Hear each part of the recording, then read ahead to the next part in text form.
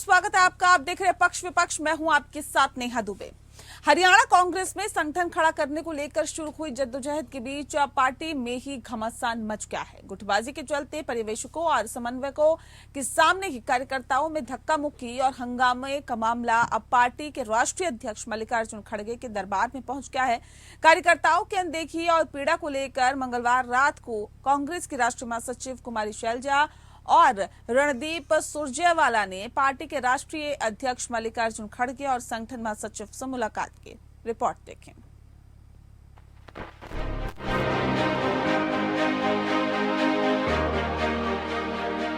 हरियाणा के कुरुक्षेत्र में महाभारत का युद्ध हुआ था।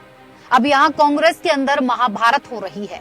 एक तरफ पूर्व मुख्यमंत्री भूपेंद्र हुड्डा गुट की सेना है, तो दूसरी तरफ रणदीप सुरजेवाला, कुमारी शैलजा और किरण चौधरी की सेना है। सभी कांग्रेस कुल के हैं, लेकिन हरियाणा के सिंहासन के लिए आपस में ही मरने मारने पर उतारू हैं। कांग्रेस की अंतर्कलह थमने की बजाय और लगातार बढ़ती जा रही है। प्रदेश में पिछले करीब 10 साल से पार्टी बिना संगठन के चल रही है। केंद्रीय नेतृत्व ने पार्टी संगठन को खड़ा करने के लिए हरियाणा कांग्रेस प्रभारी दीपक बाबरिया को जिम्मेदारी सौंपी थी। उन्होंने इसके लिए सभी जिलों में प्रभारी नियुक्त किए थे और जिनकी रिपोर्ट पर ही पार्टी जिलाध्यक्षों के नामों पर केंद्रीय नेतृत्व मोहर लगाएगा। लेकिन इन प्रभारियों का जिलों में जमकर विरोध किया जा रहा है। ऑब्जर्वर गो बैक के नारों समेत कई जिलों में तो पार्टी कार्यकर्ताओं के बीच आपसी हाथापाई तक बात पहुंच चुकी है। एक तरफ पूर्व मुख्यमंत्री भूपेंद्र हुड्डा का ग्रुप है, तो दूसरी ओर रणदीप सुरजेवाला, कुमारी शैलजा और किरण चौधरी की टिकड़ी है। दोनों गुटों के कार्यकर्ता सभी जिलों में नारेबाजी करते हुए इस खींचतान को और बढ़ा रहे हैं। जिलों में हो रहे विरोध के बीच हुड्डा विरोधी खेमे के नेता सुरजेवाला, शैलजा और किरण चौधरी ने दिल्ली दरबार में दस्तक दी है। तीनों ने कांग्रेस के राष्ट्रीय अध्यक्ष मल्लिकार्जुन खड़गे और संगठन महासचिव से मुलाकात की। इस दौरान उन्होंने हरियाणा में चल रहे हालातों को लेकर केंद्रीय नेतृत्व से अपनी नाराजगी जाहिर की है। दिल्ली में हुई बैठक के दौरान दोनों नेताओं ने आरोप लगाया कि एक धड़े द्वारा कांग्रेस कार्यकर्ताओं को दरकिनार किया जा रहा है। इससे कार्यकर्ता हताश हो रहे हैं। वहीं वरिष्ठ कांग्रेसी नेताओं ने पर्यवेक्षकों और समन्वयकों की कार्यप्रणाली पर भी सवाल उठाए हैं। केंद्रीय नेतृत्व से मुलाकात के दौरान कुमारी शैलजा ने कहा है कि जिलों में बाहर के प्रभारी लगा दिए गए हैं, जो असली कांग्रेसी कार्यकर्ताओं की अनदेखी कर रहे हैं। इससे कार्यकर्ताओं में रोष बना हुआ है। वहीं राज्यसभा सांसद रणदीप सुरजेवाला ने कहा, कांग्रेस के परिवार का हम पीढ़ी दर पीढ़ी हिस्सा रहे हैं और हर अच्छे बुरे दौर में हम पार्टी के समर्पित सिपाही रहे हैं। पार्टी के लिए जब परिस्थितियां विषम थीं और लोग पार्टी को अलविदा कह रहे थे, उस समय भी हमने अपनी निष्ठा कांग्रेस में बनाए रखी। जिस तरह से पार्टी के समर्पित कार्यकर्ताओं की अनदेखी की जा रही है, वो बात हमने उनके समक्ष और संगठन महासचिव के समक्ष रख दी है। अब हमें केंद्रीय नेतृत्व पर पूरा विश्वास है। जो भी होगा वो कांग्रेस के हित में ही होगा। कांग्रेस पार्टी हरियाणा में सरकार बनाने जा रही है, लेकिन कुछ लोग पार्टी में बिखराव करना चाहते हैं, जिसे किसी भी सूरत में बर्दाश्त नहीं किया जाएगा। हरियाणा के जिलों में कांग्रेस कार्यकर्ताओं में चल रही खींचतान पर पार्टी प्रभारी दीपक बाबरिया ने कड़ा रुख अपनाया है। बाबरिया ने चेतावनी दी है कि गुटबाजी फैलाने वाले कार्यकर्ताओं और नेताओं को बर्दाश्त नहीं किया जाएगा। हरियाणा कांग्रेस की गुटबाजी थमने का नाम नहीं ले रही है। कांग्रेस के नेता एक दूसरे के खिलाफ आमने सामने हैं, लेकिन कांग्रेस बीजेपी और जेजेपी में टूट का दावा कर रही है। हरियाणा कांग्रेस के अध्यक्ष उदय भान ने दावा किया है कि बीजेपी और जेजेपी के कई विधायक कांग्रेस के संपर्क में हैं। उदय भान ने कहा कि चुनाव घोषित होने के बाद 1 दर्जन से अधिक भाजपा जजपा विधायक कांग्रेस में शामिल हो सकते हैं। उन्होंने ये भी कहा कि चुनाव के आसपास बीजेपी जेजेपी का गठबंधन भी टूट सकता है। सियासत का यही दस्तूर है। आग अपने घर में लगी है, लेकिन दावा पड़ोसी के घर को जलाने का हो रहा है। खैर, हरियाणा कांग्रेस अध्यक्ष उदय भान खुद गुटबाजी का हिस्सा हैं। उदय भान पूर्व मुख्यमंत्री भूपेंद्र हुड्डा गुट में शामिल हैं। गुटबाजी में भूपेंद्र हुड्डा गुट की क्या ताकत है, ये इसी से पता चलता है कि हरियाणा कांग्रेस के 30 विधायकों में से 90% विधायक हुड्डा के साथ हैं। भूपेंद्र हुड्डा की गिनती सोनिया गांधी के साथ ही राहुल और प्रियंका के करीबियों में होती है। ऐसे में विरोधी गुट यानी रणदीप सुरजेवाला, कुमारी शैलजा और किरण चौधरी की टिकड़ी के दिल्ली दरबार में गुहार पर आला कमान का क्या एक्शन होता है, ये हरियाणा में कांग्रेस के भविष्य को तय करेगा। हरियाणा में विधानसभा चुनाव में महज 1 साल बचा है। बीजेपी ने अभी से ही रणनीति बनाकर तैयारी को शुरू कर दिया है। ऐसे में कलह से जूझ रही कांग्रेस बीजेपी का कैसे मुकाबला करेगी, ये बड़ा सवाल है। Bureau report, APN news. तो आपसे गुटबाजी ऐसी कि एक दूसरे के ऊपर हाथापाई की जाती है, धक्का मुक्की की जाती है, सिर्फ टोवल की स्थिति बन जाती है और ये पूरा मसला पहुंचता है केंद्रीय नेतृत्व तक। अब सवाल इस बात को लेकर, हरियाणा में विधानसभा चुनाव है, लोकसभा चुनाव भी है और ऐसे में अगर ये स्थिति कांग्रेस में रही तो अपनी ही अंतर्कलह से जूझ रही कांग्रेस भारतीय जनता पार्टी से मुकाबला कैसे कर पाएगी और आम आदमी पार्टी जो वहां पर अब पांव पसारने की कोशिश कर रही है उससे कैसे निपटेगी, ये एक बड़ा सवाल है। इस विषय पे तफसील से चर्चा करेंगे। खास मेहमान हमारे साथ मौजूद है, उनसे आपका परिचय करा देते हैं। इस वक्त हमारे साथ रमन मलिक जी हैं, प्रवक्ता है भारतीय जनता पार्टी के। सब बहुत स्वागत है आपका। विजय कौशिक जी हमारे साथ जुड़ गए हैं, प्रवक्ता है कांग्रेस के। आपका बहुत स्वागत है विजय जी। इस खास कार्यक्रम की शुरुआत आपके साथ ही करते हैं। सर, ये गुटबाजी, ये खेमेबाजी, एसआर के बनाम हुड्डा गुट, यही सब कांग्रेस में देखने के लिए बच गया था क्या सर?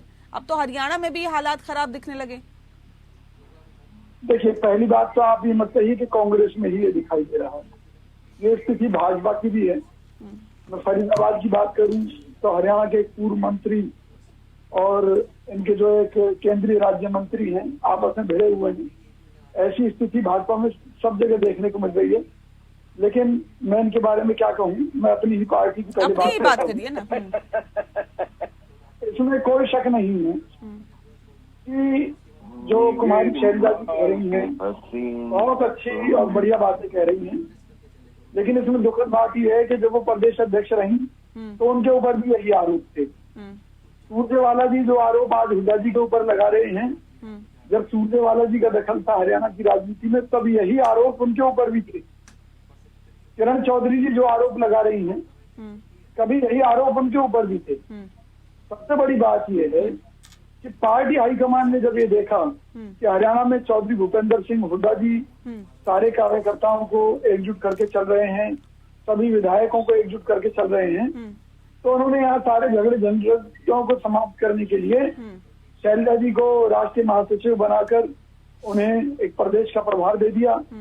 इसके अलावा सुरजेवाला जी को भी राष्ट्रीय वो सब नाकाफी साबित हो रहे हैं सर। जो हालात आपकी कांग्रेस में दिखाई दे रहे हैं, ये तमाम जो कोशिशें हैं वो नाकाफी साबित हो रही है सभी को शांत करने के लिए।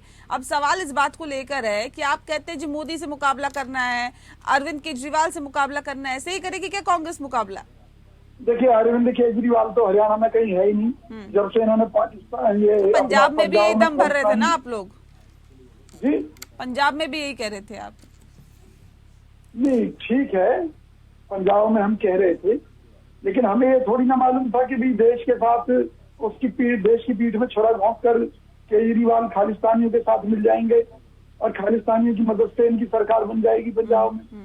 ये हमें उम्मीद नहीं थी ना, पहली बात। दूसरी बात, हम हरियाणा की ही बात करते हैं कि भाई सवाल ये है कि भी पार्टी को एक मुकाम पर लेकर जाने का काम जो चौधरी भूपेंद्र सिंह हुड्डा जी ने किया है और उनके 10 साल के मुख्यमंत्री रहने के दौरान जो हरियाणा के अंदर विकास कार्य हुए थे, चाहे वो मेट्रो लाने के हरियाणा के अंदर, चाहे वो दूसरी चीजों को लेकर जितनी भी डेवलपमेंट हुई हरियाणा के अंदर, वो अपने आप में एक रिकॉर्ड है। ठीक है, मतलब ये जो कुमारी शैलजा, ये रणदीप सुरजेवाला जिस तरह के दावे कर रहे हैं, ये सब बेकार की बातें हैं। बिल्कुल सही कह रही हैं आप कि भाई कोई गुटबाजी नहीं है हरियाणा के अंदर, उनके अपने निजी मतभेद हैं। ये धक्का मुक्की जो हुई, ये क्यों हुई? एक दूसरे को धक्का मुक्की दी गई, ये क्या था? ये बीजेपी ने करवा दी क्या? नहीं, इसमें कोई शक नहीं है। हाँ। धक्का मुक्की या इस तरह की घटनाओं में कहीं ना कहीं इन लोगों का हाथ है। किन लोगों का? सुरजेवाला जी, शैलजा जी और उन लोगों का जो आज कांग्रेस के ऊपर उंगली उठा रहे हैं, तो उन्हें ये समझना चाहिए। अनुशासन समिति कहाँ है आप लोगों की? अगर आप ये कहते हैं कि इनका हाथ है तो उनपे चाबुक क्यों नहीं चला अभी तक? इस मामले में पार्टी के प्रदेश अध्यक्ष उदय भान जी ने घोषणा की है कि जिन लोगों ने अनुशासनहीनता की है ऑब्जर्वर्स की मीटिंग में या कोई भी धक्का मुक्की की है, उनके खिलाफ कड़ी कार्रवाई की जाएगी। नहीं, अभी तो आप कह रहे हैं कि देखिए कुमारी शैलजा, रणदीप सुरजेवाला, जिनका आप नाम ले रहे हैं, उनके ऊपर चाबुक चलेगा क्या? नहीं, उसमें चाबुक चलने की बात नहीं है ना। अगर उनके कोई मतभेद है तो बिठाकर पार्टी उनसे बात करेगी। और निश्चित तौर पर वो सभी लोग पार्टी की मजबूती के लिए काम कर रहे हैं। लेकिन कई बार क्या होता है कि कोई आदमी मजबूती के लिए काम कर रहा होता है और गलती से वो बंटाधार कर देता पार्टी का, तो ऐसी गलतियों के लिए कोई जगह नहीं है ना। जैसे अभी पिछले दिनों सुरजेवाला जी ने कहा था, नहीं जगह किसके लिए है किसके नहीं, ये तो अब जनता भी बता देगी ना, क्योंकि हालात ऐसे दिखाई दे रहे हैं सर। अगर सत्ता में आ गए तब तो आप लड़ते ही रहेंगे, चूहे बिल्ली का खेल चलता ही रहेगा। जनता की भलाई के लिए सोचेंगे या नहीं सोचेंगे, ये एक बड़ा सवाल हो जाता है। ठीक है रमन जी, देखिए कह रहे हैं कि हमारी ही पार्टी में थोड़ी ना, कह रहे लोकतंत्र है, हमारी पार्टी में नहीं है। और ऐसे में सभी पार्टियों में इस तरह की चीजें होती है, गुटबाजी होती है, खेमेबाजी होती है। अगर हमारी पार्टी में कोई नेता अपनी बात रख रहा है तो इसमें बुराई क्या है? आप गाना भी गुनगुना रहे थे उस वक्त जब विजय जी बात कर रहे थे। जवानी के दिन याद आ गए होंगे। ये कुछ स्थिति इनकी है और मैं इसीलिए ये ढूंढ रहा था कि हमारे समय में ये बहुत अच्छा एक कार्यक्रम चलता था और रघुबर राजन जी जो थे वो बहुत अच्छे कलाकार थे, उन्होंने ये बहुत अच्छा सीरियल चलाया था। मेरे को लगता है आज यही हालात कांग्रेस के हर नेता की, हर कार्यकर्ता की अपने ही सपनों के दुनिया में जीवित रहने की एक आकांक्षा, एक अभिलाषा के अंदर है। देखिए इम्पोर्टेंट ये है कि समझने की बात कहाँ। उदय भान जी को अध्यक्ष मानने से सुरजेवाला और शैलजा बिल्कुल नहीं मानते, वो उनकी हैसियत अध्यक्ष ही मानते ही नहीं है। उनके रमन जी आपसे बात हुई थी क्या सुरजेवाला जी की और शैलजा जी की, ताकि हमें पता तो चल सके कि हमारे कौन कौन से नेता आपके संपर्क में? ये तो आप कह रहे हैं कि कई विधायक आ रहे हैं जेजेपी के और भारतीय जनता पार्टी के, ये तो आपके नेता कह रहे हैं ना विजय जी। नहीं वे तो मानते हैं, मेरे सुरजेवाला भी मानते हैं, उधर भारतीय अध्यक्ष हरियाणा कांग्रेस के मेरे संपर्क में मानती है। आप भी मेरे अच्छे मित्र हैं। अगर हो सकता है कि राम रेड्डी की कोई खास बात चल रही है हॉटलाइन पर, सुरजेवाला जी वाली बातें आपको थोड़ी बताऊंगा यहाँ पे। देखिए जिनसे मैंने हॉटलाइन पर बात करनी होती है मैं कर लूंगा। मेरे हम तो खुलकर बता रहे हैं, आपकी पार्टी के कई विधायक और जसपा के कई विधायक हमारे संपर्क में हैं, कभी भी वो लोग आपकी पार्टी को नमस्ते कर सकते हैं। कौशिक जी, एक तो डिरेल करने की जरूरत नहीं है, थोड़ा सुनने का हिम्मत रखिए। और दूसरी चीज, उदय भान जी आपको, आपके जैसे ढींगरा साहब और ऊट पटांग जितना बोलने वाले वक्ता आपने रखे हुए हैं, उन सबको मेरा कहना है कि मेरी पार्टी में से जितने विधायक आपके संपर्क में हैं, कृपया करके आज के आज उनको ले जाइए, हमारी पार्टी की सरकार को अल्पमत में ले आइए, सत्ता परिवर्तन करके हम जोर का झटका धीरे से देंगे और टाइम पर देंगे। खुला सुने, प्रॉब्लम यह है कौशिक जी, अब आप सुनना नहीं चाहते हैं, देखिए सुनाइए ना, लेकिन जवाब आज ले जाओ साहब। अब ये एक एक करके सुनते हैं। ठीक है रमन जी बात पूरी करें। देखिए सबसे इम्पोर्टेंट बात है कि अध्यक्ष को अध्यक्ष नाम मानना। अध्यक्षीय प्रणाली के अंदर आप कार्यरत हैं और उसमें ये SRK ग्रुप और ये हुडा ग्रुप। तो मैंने आज एक ट्वीट भी करा था कि हरियाणा कांग्रेस का एक मैथमेटिकल इक्वेशन बहुत सुंदर सा है और उसमें एक fill in the blank question भी है कि Haryana Congress is equal to BH plus SRK। BH plus SRK what, आप इसमें से इस इक्वेशन में BH प्लस SRK में से क्या निकालेंगे जिससे Haryana Congress will be equal to INLD, वो 1, 2, 3 विधायक के साथ घूमते फिरते रहने वाली विषय। हालात यही है, आज कांग्रेस के सामने सबसे बड़ी इक्वेशन यही है सुलझाने को कि इस BH प्लस SRK में से क्या निकलते ही वो INLD के बराबर हरियाणा में अस्तित्व लेकर रह जाएगी। दूसरी बड़ी चीज, सुरजेवाला साहब एक ऐसे राजनेता हैं जो कीर्तिमान पे कीर्तिमान स्थापित करते हैं। हरियाणा की पृष्ठभूमि से आते हुए MP बनने के लिए उनको भागना पड़ता है राजस्थान। दूसरी चीज, वो कीर्तिमान ये भी स्थापित करते हैं कि 12 महीने में 2 बारी एमएलए के इलेक्शन हार जाते हैं। जो खुद नहीं जीत सकता वो किसी और को क्या जिताएगा? ना कांग्रेस उनको जिता सकी, ना वो कांग्रेस को जिता सके, और सुरजेवाला साहब ना राहुल गांधी को भी नहीं जिता सके। तो ये जो इक्वेशन है ये भी आपके सामने है। तीसरी चीज, जहां तक किरण चौधरी जी और शैलजा जी का सवाल है, वो बेचारी अपने आप में विवश हैं।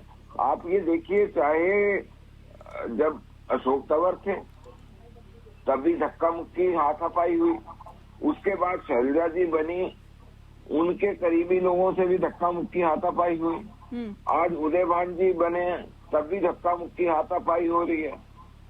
मतलब इनका जो एक हरियाणा के अंदर संगठन है वो दंगल दंगल दंगल दंगल वाली मूवी में आज भी जीवित है, कि बोलता था कि हम दंगल ही करेंगे, आपस में ही करेंगे। सो एंड में निष्कर्ष ये निकलता है, ना 10 साल सत्ता के ठीक चला पाए, उसमें भी फेल हुए। राहुल गांधी को लॉन्च करने में तो फेल हुए, लेकिन हरियाणा की 10 साल की सत्ता नहीं चला पाए, उसमें फेल हुए, और आज विपक्ष बन के भी फेल हुए। तो 0/0 ठीक है, इज इक्वल टू 0। ठीक है, देखिए अभी विजय जी आपने सुना 0/0 इक्वल टू 0। ये कह रहे इक्वेशन यही बताती है कि एंड में जो रिजल्ट है वो 0 ही आने वाला है, और आ ही रहा है। लेकिन अब सवाल इस बात को लेकर है, आप जी जिस बात का जिक्र कर रहे हैं कि देखिए आपके विधायक या जेजेपी के विधायक हमारे संपर्क में हैं, दूसरी तरफ आप कहते हैं देखिए महाराष्ट्र में अलोकतांत्रिक तरीके से सरकार बना दी, आप कहते हैं मध्य प्रदेश में अलोकतांत्रिक तरीके से सरकार बना दी। तो ये कौन सा लोकतांत्रिक तरीके की बात आप कर रहे हैं, जिस बात का आप जिक्र कर रहे थे कि देखिए हमारे भी संपर्क में है? नेहा जी हमारे संपर्क में है, और वो लोग सरकार गिराना चाहते थे, लेकिन हमने इनकार कर दिया। हम इन लोगों की तरह मतलब एक उसकी राजनीति नहीं करते। अभी तक तो कुछ और बोल रहे थे, अब बाजी पलट दी आपने। मैंने ये कहा कि हमारे संपर्क में है, वो लोग भाजपा और जनता को छोड़ने के लिए तैयार हैं। इतना बड़ा चैलेंज अभी रमन जी ने दे दिया कि अगर हमारी सरकार गिरा सकते हैं और इतना हिम्मत आप में है तो आप गिरा के दिखा दीजिए। क्यों गिराए?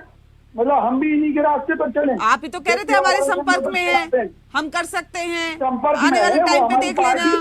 सुनिए ना नेहा जी, बात पूरी सुन लीजिए। हाँ। वो हमारी पार्टी में शामिल होना चाहते हैं, हाँ। और निश्चित तौर पर सही समय आने पर हम उन्हें शामिल कर लेंगे। तो इसमें बुराई क्या है?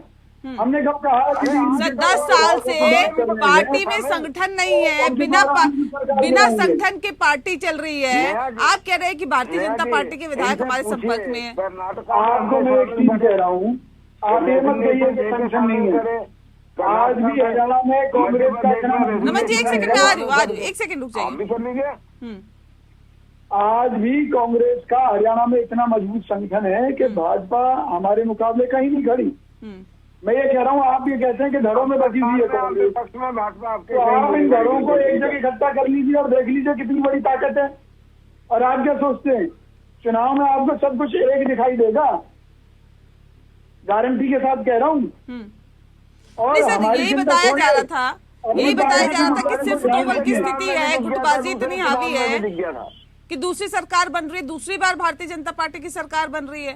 कह रहे आप लोग अपने अंतर कलह से ही नहीं निकल पा रहे हैं। देखिए नेहा जी, ऐसा कुछ भी नहीं है। अंतर कलह तो सब जगह है। मैंने भाजपा का उदाहरण दिया, इन्हें पिछली बार अपने कई हमारे कोई अंतर कलह नहीं है। क्या बात कर रहे हैं? विपुल गोयल और कृष्णपाल गुर्जर की अंतर कलह भूल गए, राव इंद्रजीत सिंह और राव नरवीर की अंतर कलह भूल गए, और कितने ही उदाहरण दे सकता हूँ मैं। राव इंद्रजीत और राव नरवीर पार्टी नहीं है।